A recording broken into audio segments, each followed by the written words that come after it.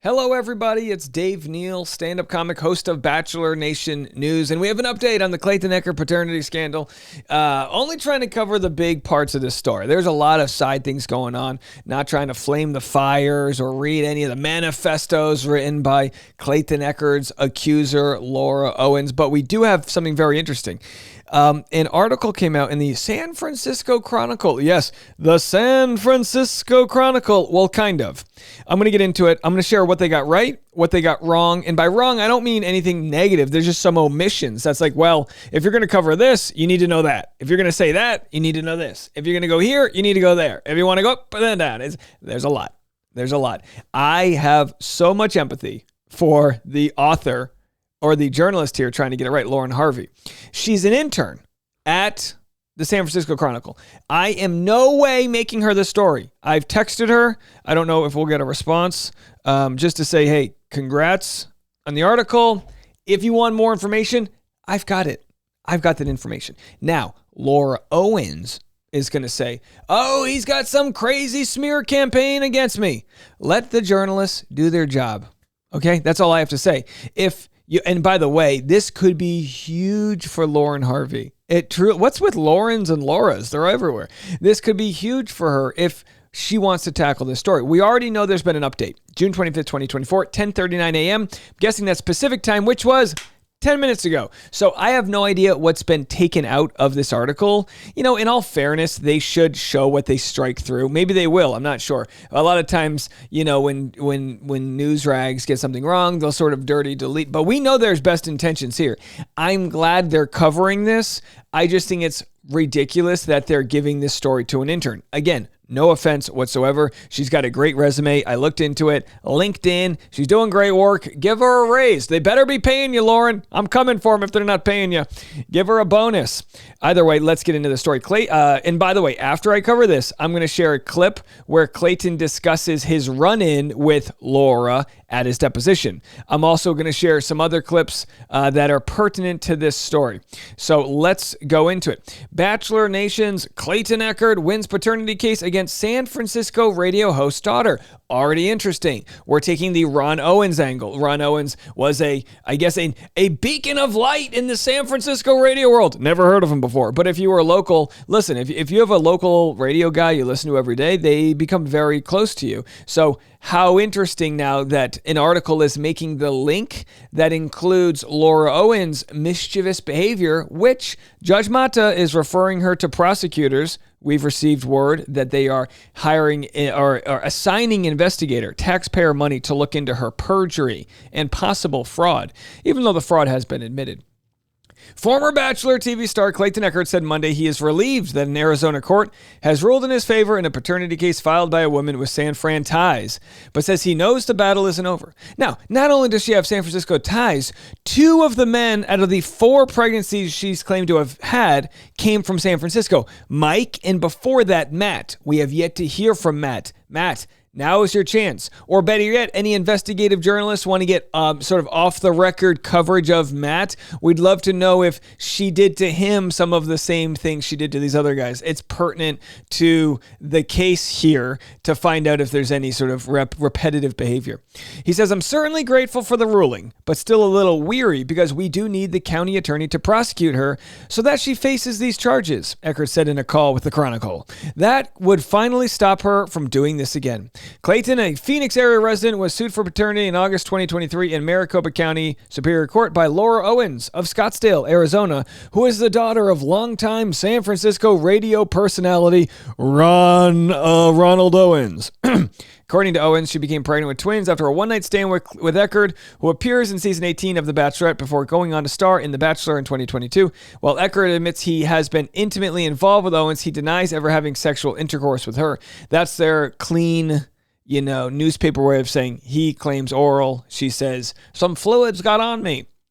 Maricopa County Superior Court Judge Julie Mata ruled in Echard's favor on June 17th, granting his petition for non-paternity and referring Owens for criminal prosecution for perjury and tampering with evidence to support her pregnancy claims. By the way, this is great. All good so far. so far. While Owens maintains that she was pregnant by Eckert, she admits to changing the name of the facility at the top of a sonogram and altering the HCG levels on a pregnancy test she took in October.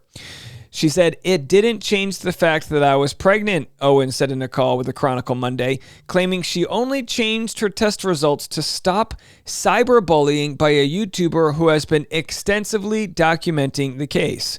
If you exchanged the words YouTuber for journalist, again, I don't care what you call me daddy, call me whatever you want, Zaddy.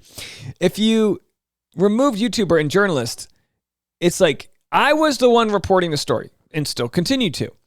So she admits to changing the results so that I'll change the way I report the story. Ain't that odd? Ain't that odd?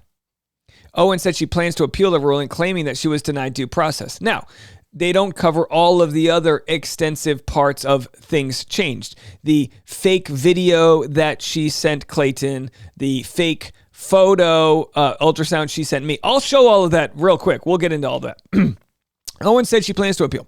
According to Eckert, he is the fourth person to face fraudulent paternity accusations from Owens. She says she miscarried the pregnancy she claims was by Eckert, denied that she has fabricated pregnancies. Again, the judge has already ruled that she was not believable. Uncreditable. In her call with Chronicle, Owens detailed two cases she brought against her ex-partners. One was restraining order for stalking and violence, and the other was a civil case for abortion coercion and an order of protection for cyberstalking.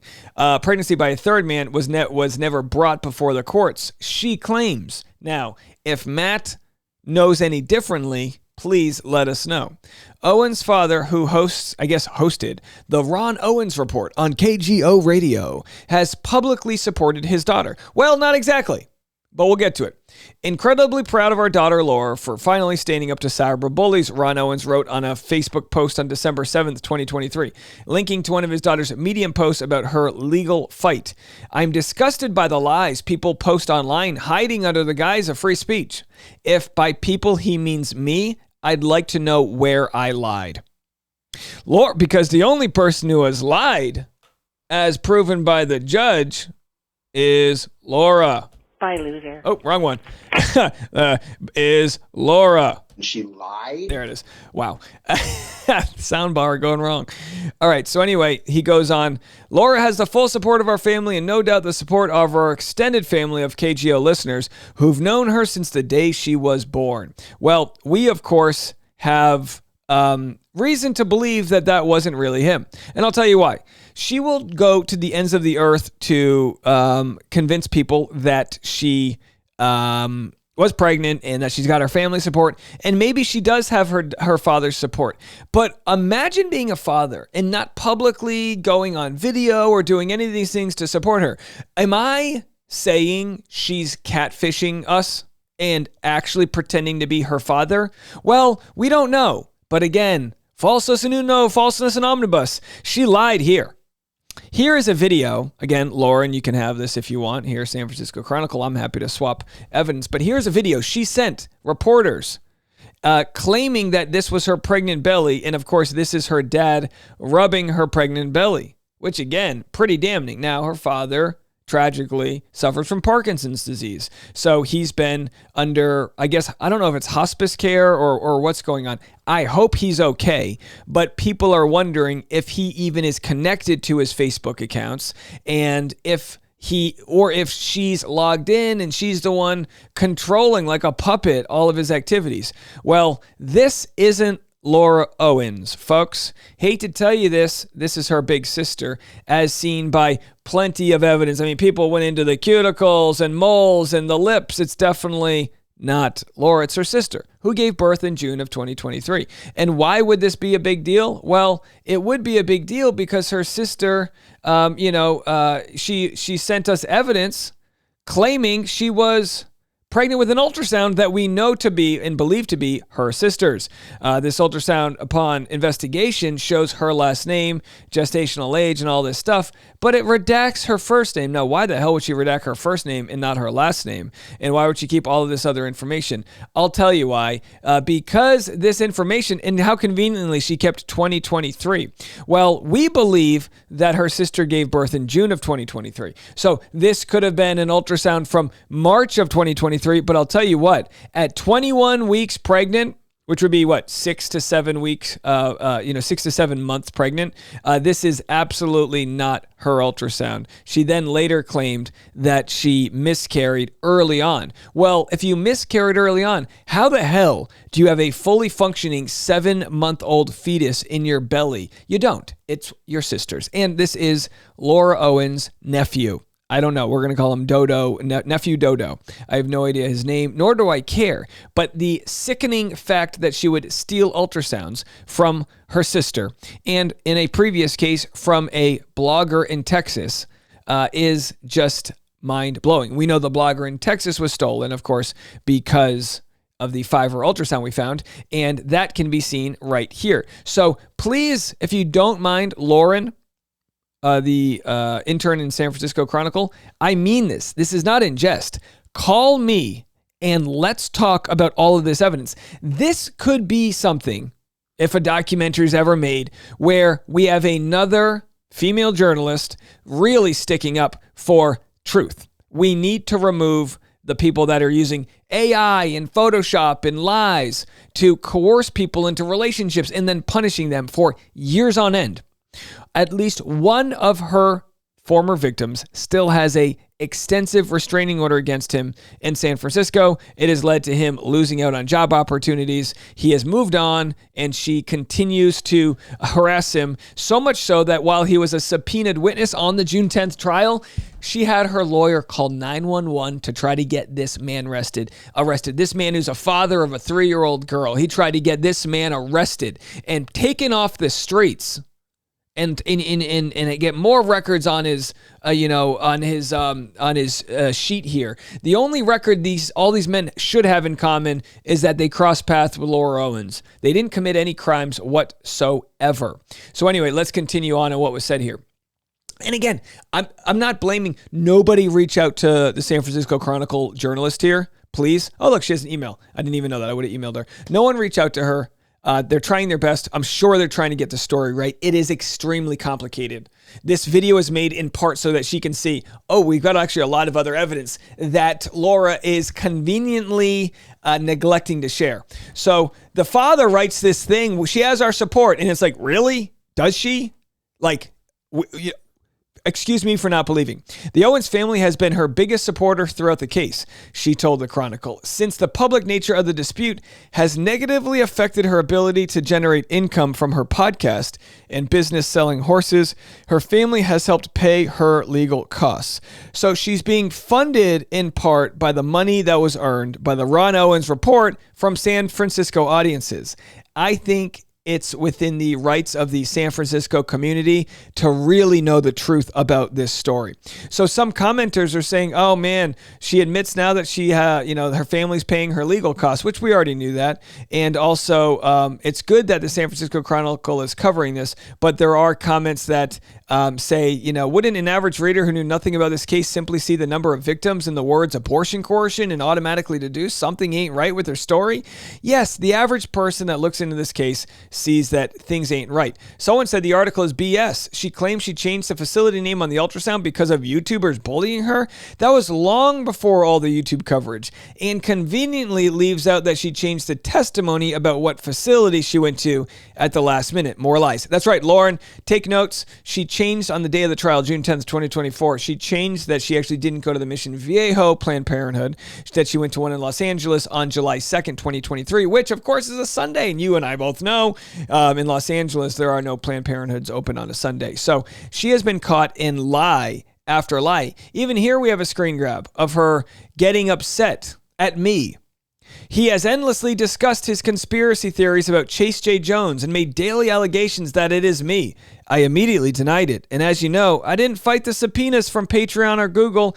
His attempts to damage my reputation in that instance alone are grounds for defamation. Well, we've been provided information that links Chase J. Jones to Laura Owen's account, therefore concluding that she actually is behind a black journalist. She has yet to respond since we called her out to these claims, because here's what she does. When a claim is made and she knows she's in the wrong, she just moves on to something else she can discuss. It's absolutely horrifying. Here are 2 clips from Clayton on a podcast called the Not Ashamed podcast. Have a listen. Take down her videos. You know, Chicken Soup for the Soul. She was published in that. Take off her. Oh my God, they still have that? Take out her excerpt. Like, do you remember those books? Yeah, but like she got published apparently in it. It's like, take that out. Like it's all based on lies. Mm-hmm. You don't read that stuff online, do you? I was reading everything at one point because my gosh, you can't do that. I know. Well, I had to stop. But you can't do that. But I still get sent it. So the host on the left, I agree with her. You can't read what commenters say online, but these are articles being written about Clayton. So in part, in order to defend himself, he does in some way or another need to log this, for whatever defamation suits he might pursue. People still send it to me. And you open it and read it? Well, I curiosity. I try not to, but like. That's one thing you got to do. Set some boundaries. You can't read that stuff. Well, she's also, it's like right now she got a new lawyer, and this lawyer thinks he's a funny guy. He calls himself the Conor McGregor of law. And he's just like this vile human being that just wants to stir up shit, I guess, just because he wants to get attention. Yeah. He's just one of those people that wants attention, is my understanding. And he's taking it on because he's like, cool, I can be in this case against The Bachelor. Interesting. He calls her attorney vile. I don't disagree. Yeah, it's my opinion that her attorney is absolutely using her, telling her what she wants to hear, and he's only in it for himself. And I've had those moments where I thought, I mean, I had her deposed. She ends up says she's sick or she can't make it.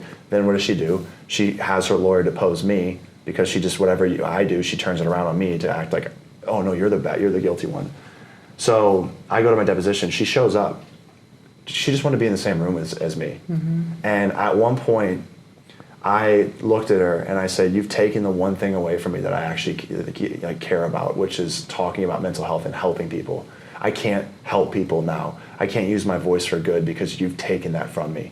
I was like, just own up to it. I was like, grow up and like own up to it and stop doing what you're doing. And she just looked at me with a blank stare, not a single emotion.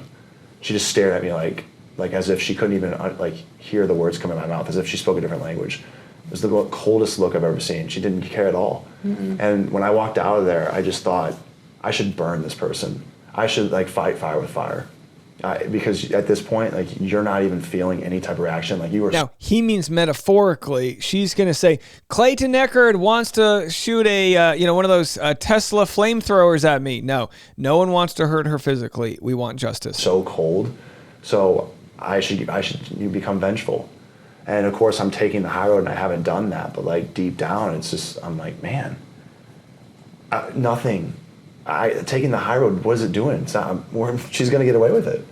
It's just kind of hard. I guess it's just because I'm in this particular situation. Normally, I would agree that taking the high road is always the best way. But I'm right now, the high road, isn't getting me anywhere. I get it. And if I just say, okay, I'm just gonna move on with my life, she's not gonna move on. Mm-hmm. And she's going to come waltzing back in and start talking about her TED Talks and how she was, this whole thing happened. He's right, and that's why he pursued non-paternity. He saw that she made a cyberbully article about me. And of course, now she's releasing crazy new photos, again, showing her belly, and everyone's looking at the forensics of these photos, seeing that there's clear photoshopping happening, including this photo, which was on Dropbox. And again, this was the same photo that she called the FBI on me for. That's right. She accused me of the revenge P word. It rhymes with corn. She accused me of that for sharing publicly, with her face blurred, by the way, images she had already shared to her Dropbox. Now, sometimes when you're in front of a sort of sometimes when you're in front of a white surface or a clear background, it's hard to tell if something's photoshopped. You start looking for other identifiable things. So in her casita right here, you start looking at stripes and you go, okay, well, what could possibly be what's not straight, what's going on here, a jagged edge. And of course, right here, you see clear pulling that must have gone on from photos. Again, clear evidence. And again, nothing, I could look like that after eating a quesadilla. So either way, it's one thing after another. Here's the 102 level that she sent, the 135,000 she sent me. And then the 102, which is the actual one. So again, more cases of fraud. She sent this to me while I was fairly covering the story. She can't hide behind cyberbullying when I show that I was fairly covering the story. Fairly covering the fact that there's a Fiverr logo right there. You see that? That's a logo from Fiverr, a company used to hire people to Photoshop things. What else was Photoshopped in this photo? The original on the right was stolen from a 2014 ultrasound, a blog where a lady lost her baby. Now, hang tight, folks. We are going to be doing a fundraiser for the surviving baby here, who turns 9 end of July. We'll probably do that later this week or next week, and we're going to raise money for a fantastic birthday party, because while some think we're cyberbullying, we are actually cyber elevating 9-year-olds to have great birthday parties. So I already shared a lot of this evidence. And again, we got the video sent from her. You can see right here, proof of pregnancy, 10/11/23. Pregnant stomach, sonogram, 9/5/23. All sent from her. Every receipt we have. Here it is uploaded right here. See that? Ultrasound, 9/5/23. Ultrasound, sonogram, 9/5/20. Two different photos. One was a sonogram and then one was an ultrasound. So there are different things here, all saved in her, in the receipts of her Dropbox and her email list. She emailed the FBI crimes against me. Of course, they didn't act on it. And then in her San Francisco story, where she claims DV, domestic V, from her ex, on one angle on the right or on the left, I don't even know which one. One of these was used in her TEDx talk to claim that this guy was a monster. And then the other one was used to convince him she was getting her ovary removed because she had cancer. Enough is enough, folks. This is all available for anyone to see. I hope that the San Francisco Chronicle can chronically look into more of the mistruths, misstatements, and misuse of the court system that exists out there.